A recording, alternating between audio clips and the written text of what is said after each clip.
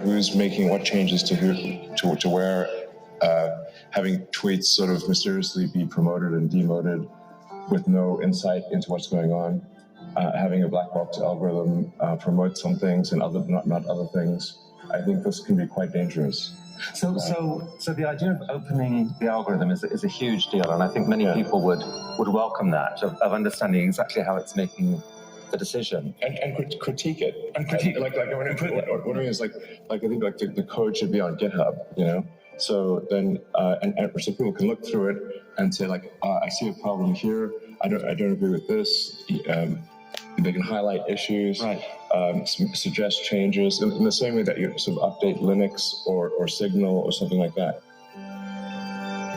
Free speech is actually is extremely important, and it's bizarre that we've come to this point where like free speech used to be a left or liberal value, and yet we see from the in quotes left a desire to actually censor, and that seems crazy. I mean, I think we should be extremely concerned about anything that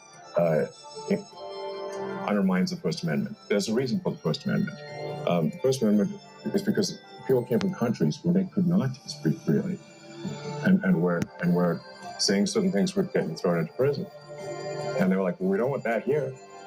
And by the way, in many parts of the world, including parts of the world that people might think are relatively similar to the United States, the speech laws are draconian. England is quite different. I won't name any country, but... Why are we protecting them? They have no First Amendment. It's very easy to prove libel in England, whereas here it's almost... I love England, but... Yeah, you too, but I wouldn't want to say the wrong thing. Or yes, you could be sued easier. There are law in France. I think if you deny the Holocaust, which I think is abhorrent, but I also think it should be part of free speech. Right. You can be thrown into jail. Okay, so this... I really can't emphasize this enough. We must protect free speech. And free speech only matters, it's only relevant when it's someone you don't like saying something you don't like, because obviously speech that you like is, it's easy. I think we would want to err on this. If in doubt, let the speech, let it exist. It would have, if it's a gray area, I would say let the tweet exist.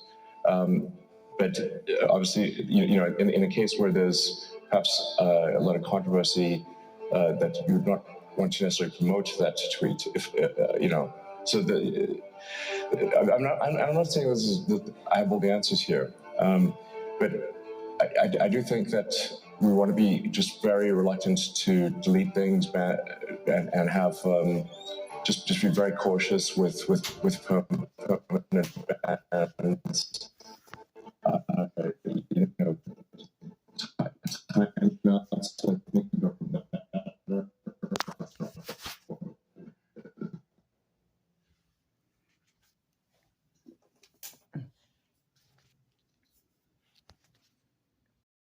Make it make sense.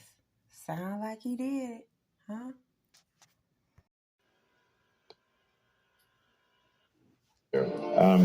But I do think that we want to be just very reluctant to delete things and have just be very cautious with permanent bans.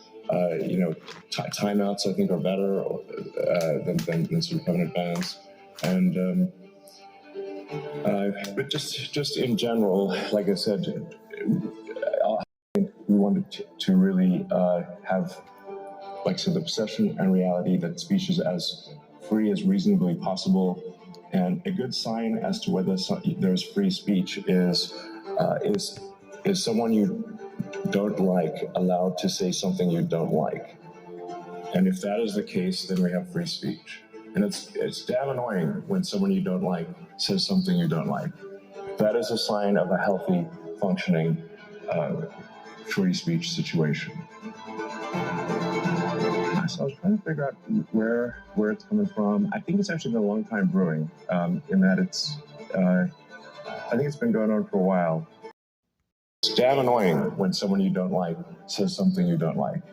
that is a sign of a healthy, functioning, free speech situation. So I was trying to figure out where it's coming from. I think it's actually been a long time brewing, in that it's, I think it's been going on for a while.